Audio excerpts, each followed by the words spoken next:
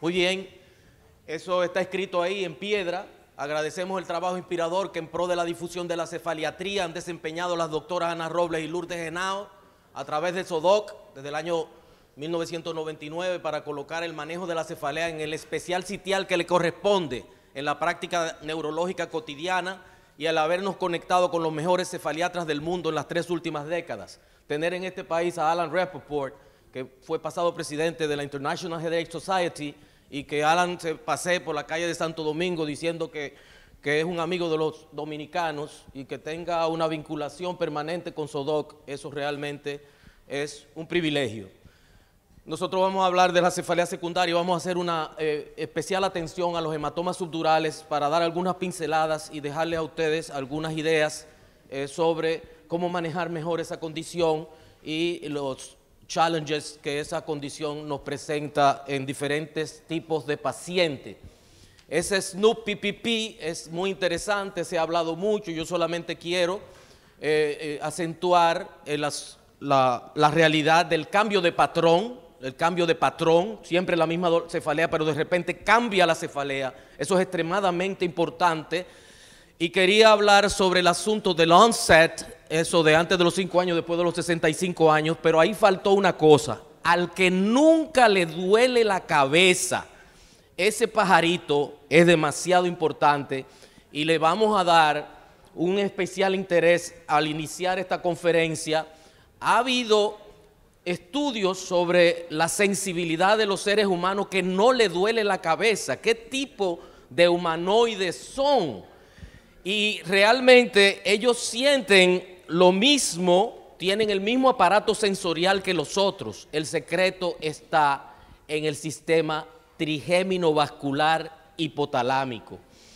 Y eso es lo que hace la gran diferencia. Esto es un paciente, nosotros en neurocirugía resonamos a todo el mundo y no nos sentimos avergonzados de resonar a nadie. Yo no sé qué fue lo que yo hice aquí, parece que cambié de plataforma, porque apreté el botón que no era, quería ver dónde era que estaba la lucecita está ahí, ok, eso era lo que yo quería ver. Esta señora de 73 años nunca le ha dolido la cabeza. Ella hizo una crisis convulsiva con semiología visual, teniendo ese meningioma en la región rolándica parasagital del lado derecho. Le dimos gamma knife, como toda persona de 73 años, con una tumoración de menos de 15 cc, benigna, meningiomatosa, sensible a la radiocirugía.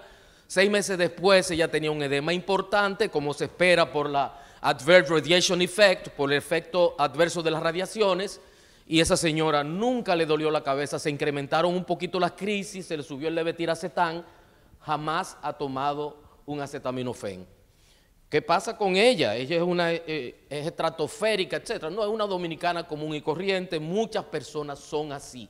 Por eso necesitamos imágenes y no nos sintamos disminuidos ni avergonzados por hacer muchas imágenes, porque cada paciente es un mundo y cada cefalea es muy particular.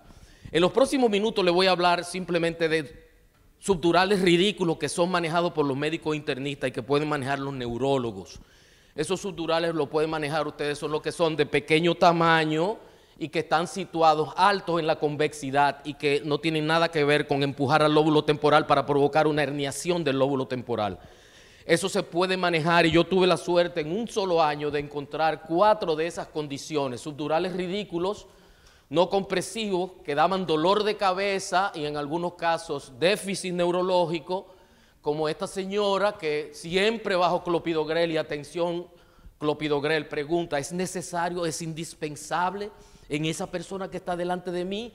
O yo no estoy muy seguro, pero tiene mucha posibilidad de hacer subdural. Por favor, no lo dé el clopidogrel ni de la aspirina si usted no tiene seguridad de que le va a crear un problema mayor a estas personas. Saliendo de la iglesia, esta señora de 88 años, con su clopidogrel por una situación que el cardiólogo entendió, se cayó e hizo esa lámina en esa resonancia magnética.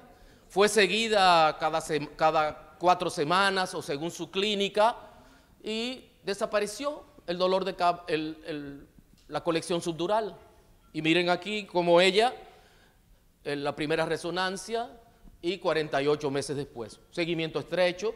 Nosotros le damos mucho líquido, la acostamos del lado del subdural, la vigilamos según su evolución clínica. Nada de operar a los 88 años, un subdural ridículo, eso realmente es para hacerle daño al paciente.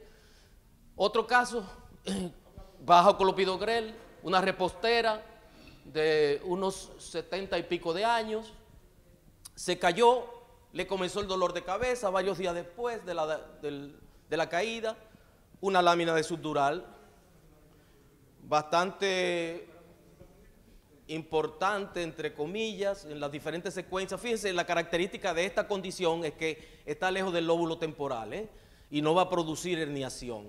Esos subdurales son de neurólogo o de médico internista. Lo importante es que lo manejemos juntos, ustedes llaman, pero siguen con su paciente y le dan seguimiento.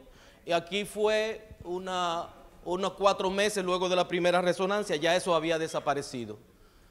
Y aquí está antes y 4 meses después. No cirugía, este señor se cayó de una escalera, atención, escalera. Él ni siquiera estaba tomando clopidogrel, pero tenía su edad, 77 años. Y eso es, las escaleras son los enemigos de la persona mayor y los amigos del subdural. Cefalea persistente, ataxia de la marcha. Y tenemos esta laminita aquí, en este time of flight, que se ve igual de bien en T2. Y es un subdural alto, esa es la señal, poco compresivo, en un paciente vascular con leucoriosis, con fasecas 1, un candidato malo para una cirugía innecesaria. Y se fue como los otros.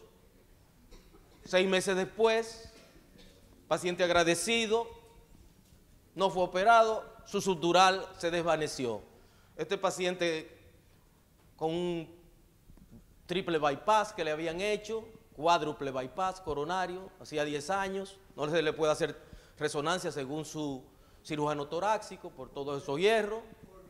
Todo eso hierro, decía él es que sabe, el cirujano torácico. El paciente le dijo, doctor, resonancia a mí no. Entonces, no llamé al doctor Paliza, pero le hice su tomografía fina, que mostró siempre esta coleccioncita de 13.4 milímetros, y se le dio seguimiento mensualmente o cada 6 semanas, según su evolución, y eso de así terminó así, asintomático. Y este es el protocolo que nosotros usamos, todos los hematomas de neurólogo o de internista, 2 litros de líquido por día, dormir del lado del hematoma, hacer la resonancia magnética según clínica, y ya a los 6 meses usualmente eso se ha ido. Nosotros vamos a hablar ahora de todo lo opuesto, los subdurales hiperagudos, que comienzan pequeños y en unas cuantas horas se convierten en gigantes que matan al paciente. No vamos a hablar de esto, que eso es comida fácil y simple, un subdural crónico del envejeciente, apertura de la dura madre, sale el hematoma, lavado con la sonda de Nelaton, y eso siempre va bien. Nosotros estamos hablando de esto. Un paciente bajo clopidogrel, les llamo la atención.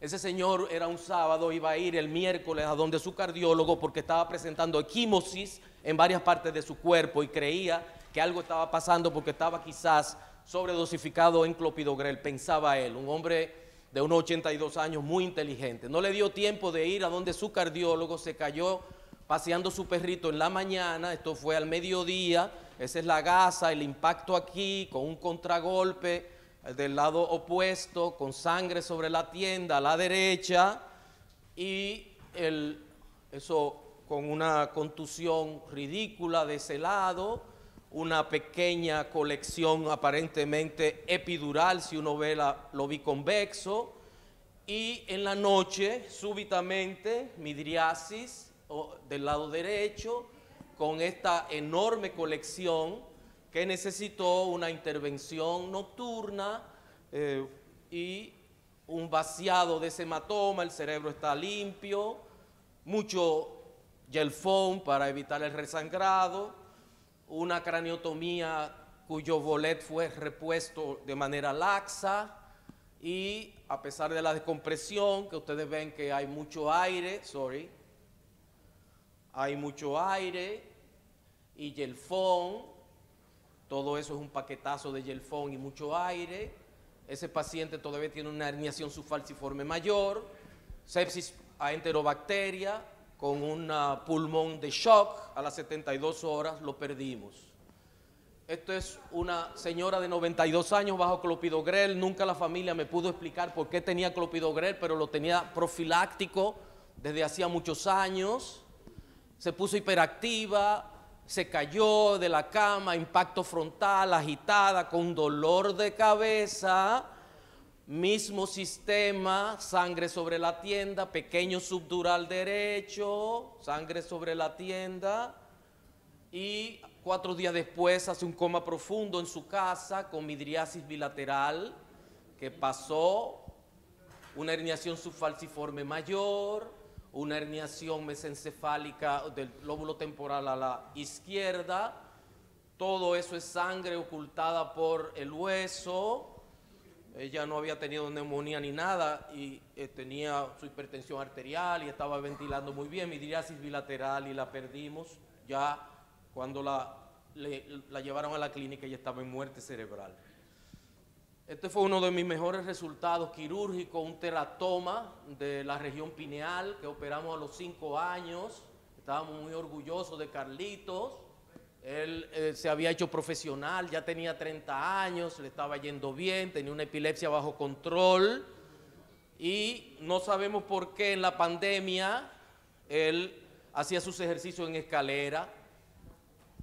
En la escalera hacía su ejercicio y alguien le dio aspirina, no sé por qué. Yo tenía muchos meses que no lo veía. Carlito se cayó, hizo una crisis en la escalera y, como es de esperar, apareció un hematoma importante.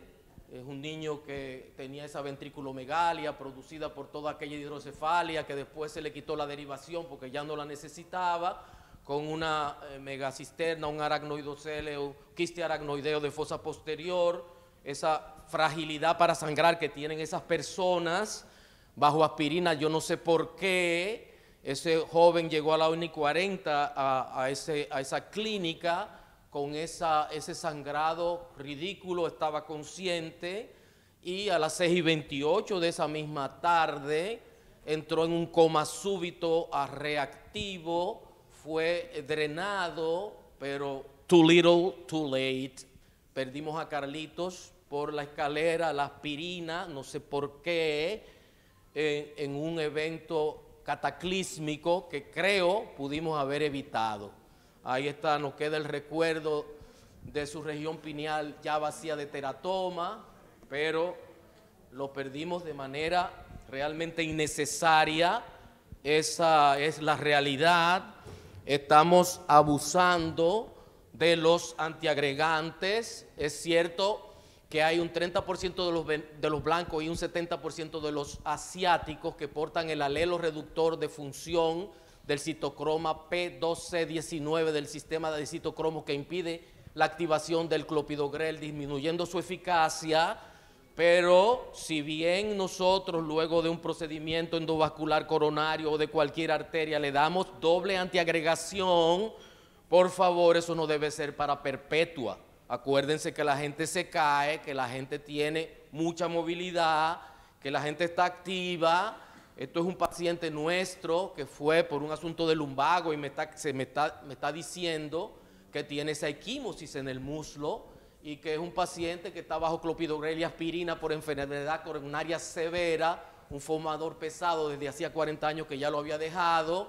Yo lo mandé donde su cardiólogo a ver si disminuía un poquito esa situación para que no le pasara como a otros pacientes. El tromboelastograma nos da una idea de cómo anda el asunto, de la antiagregación, pero cada paciente es un mundo en esta situación. El caso más espeluznante de todos se lo voy a presentar en esta misma serie de asuntos subdurales. Nos lo enviaron los residentes del Moscoso Puello en esa presentación clínica vía Zoom que hacemos todos los miércoles a las 7:30 de la mañana, con la presencia del doctor Mena siempre, que nos apoya mucho en ese sentido. y encontramos aquí este subdural que fue agudo con esta silviana, aparentemente signo de la arteria cerebral media hiperdensa, con una hipodensidad holohemisférica a la derecha y un paciente con un Glasgow de 3. ¿Y qué pasó con ese hombre de 75 años pensionado, que era un individuo diabético hipertenso?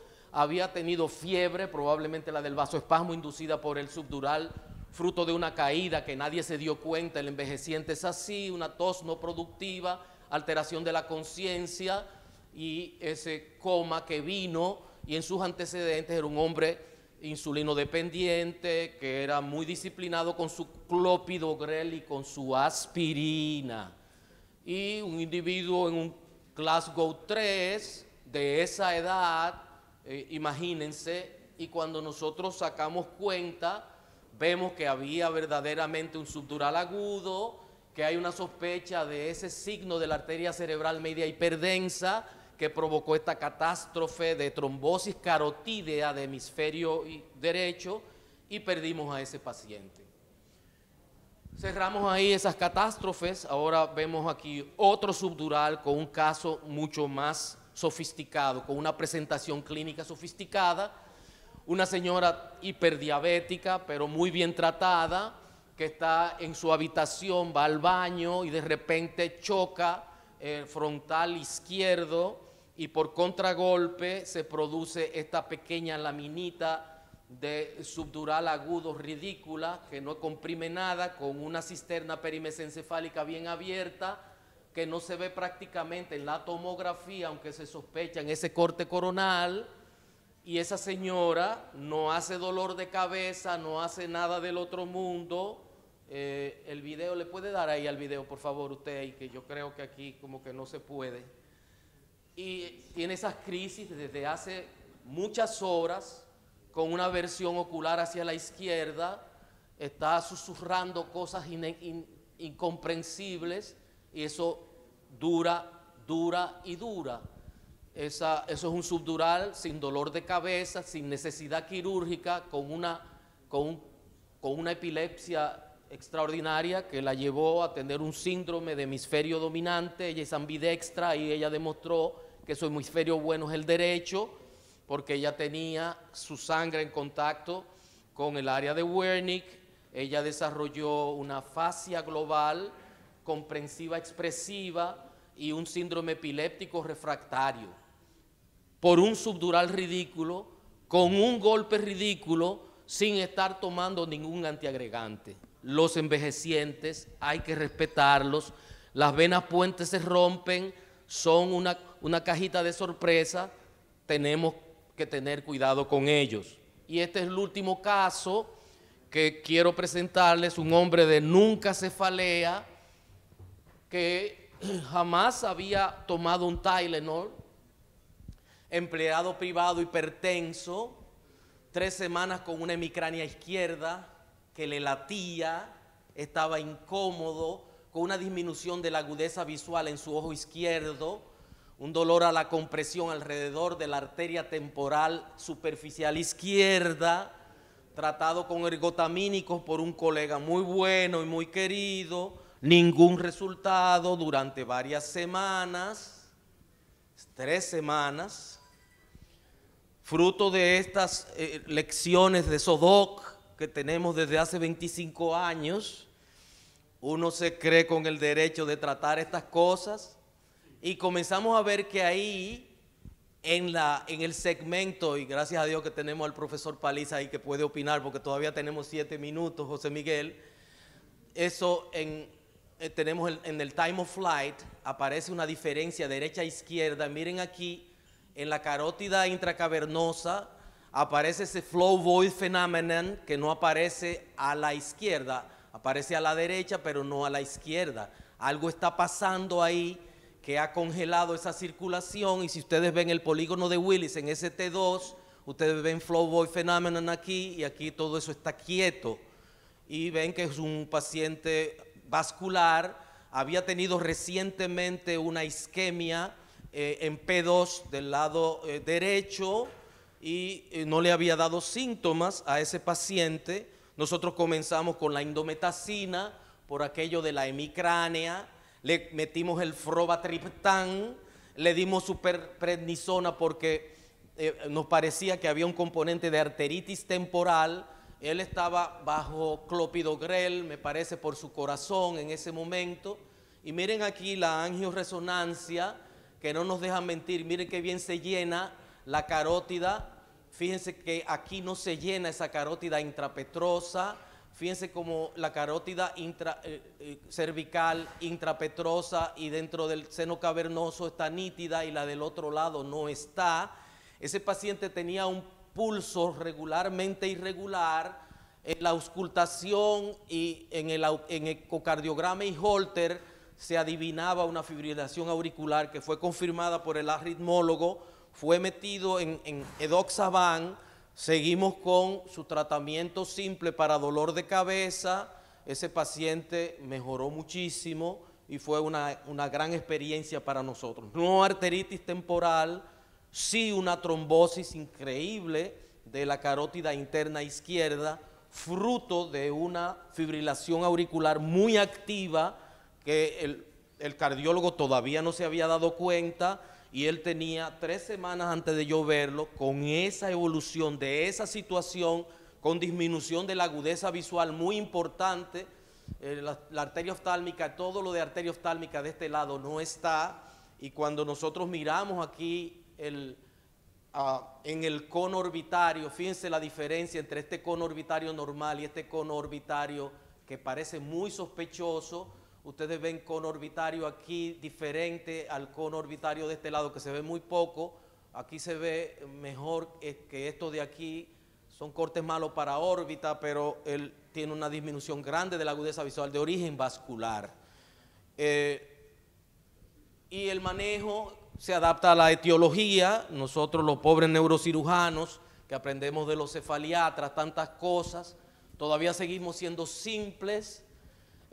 Utilizamos ese protocolo multimodal con analgésicos simples o analgésicos morfínicos, o los AINES, o los triptanos, o los corticoides, los antieméticos, los neuromoduladores, como carbamazepina, gabapentina, pregabalina, y los antidepresivos a bajas dosis, como la mitriptilina. Nos encanta, es un medicamento 3B bueno, bonito, barato, y todo tratando de ver cómo nosotros controlamos ese sistema trigémino vascular en ese paciente con cefalea secundaria.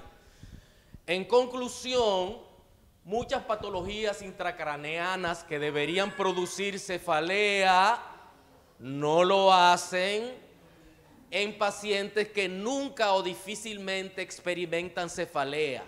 Hay que tener cuidado con ellos, es un red flag que necesita entrar en STUP. Otras se manifiestan mediante las cefaleas, y nos sirven de guía para orientarnos sobre su evolución clínico-imagenológica. El hematoma subdural es moneda corriente en un panorama con bajo umbral para antiagregar. Seamos muy reflexivos a la hora de hacerlo. Cada paciente es un mundo diferente, por lo que hay que hacerle a cada uno un traje, es decir, un tratamiento a la medida. El análisis juicioso de la clínica y la data imagenológica nos orientan sólidamente para diseñar un manejo adecuado. Agradecemos a nuestras líderes cefaliatras todo lo que nos han enseñado a lo largo de estas décadas para entender y manejar mejor estos delicados desórdenes. Muchas gracias por el privilegio de su atención.